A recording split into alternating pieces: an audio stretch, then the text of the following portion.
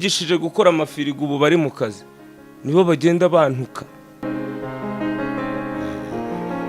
Ni gute se ntaza mu nkoko man?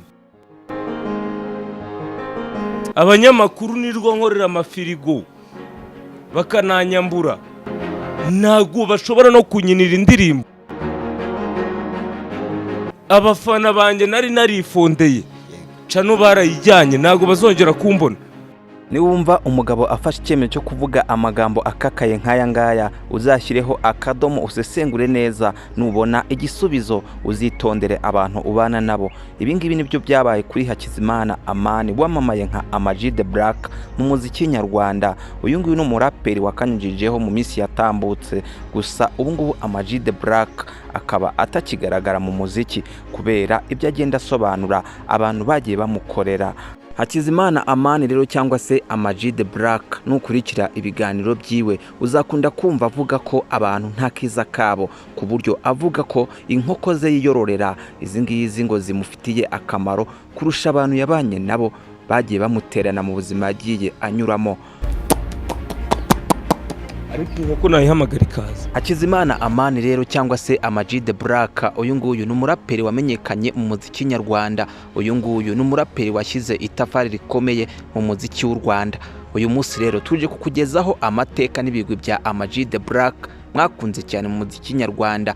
We bana natwe kugira ngo buri kimwe cyose uraza kugenda ugikurikira wibereye iwawe. Tuguhaye ikaze.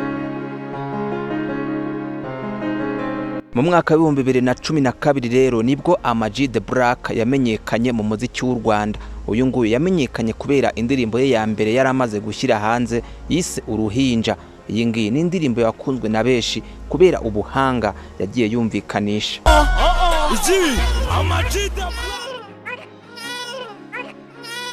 Urarira kwisi wahageze.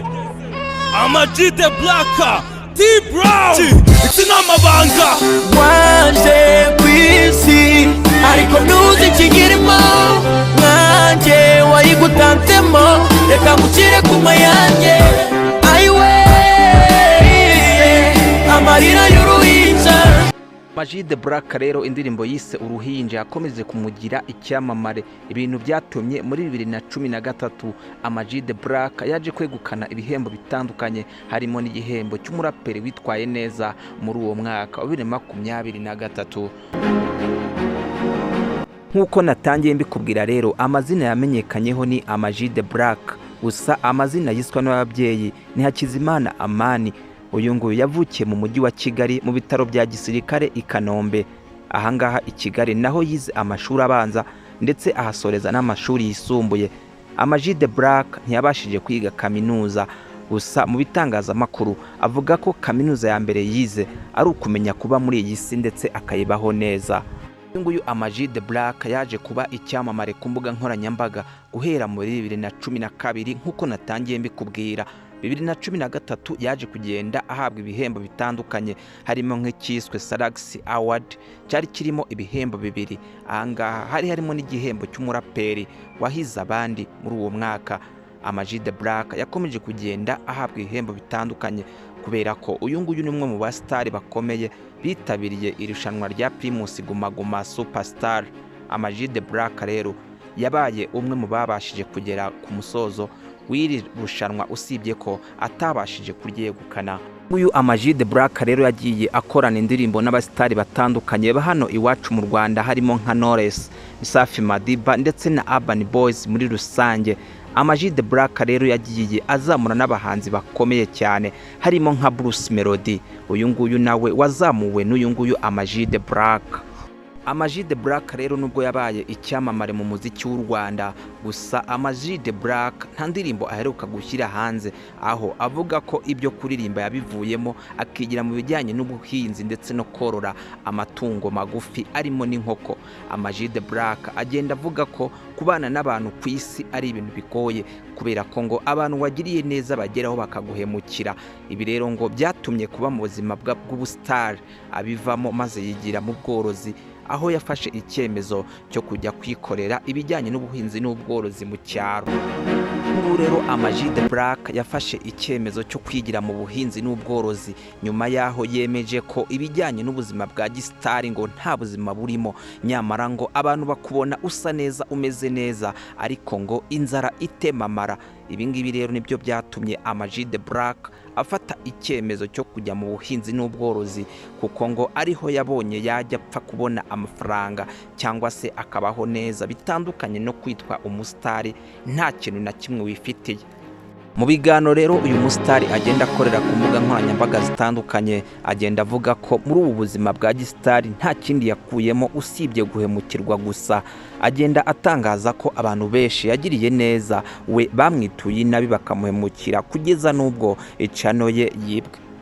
Umuraperi rero Amag the Black yakoze indirimbo nyinshi, ariko indirimbo yitwa Nyabarongo ni indirimbo yakunzwe cyane, ni indirimbo yamusize igikundiro mu muziki w'u Rwanda, ibintu byatumye amenyekana ku ruhando mpuzamahanga.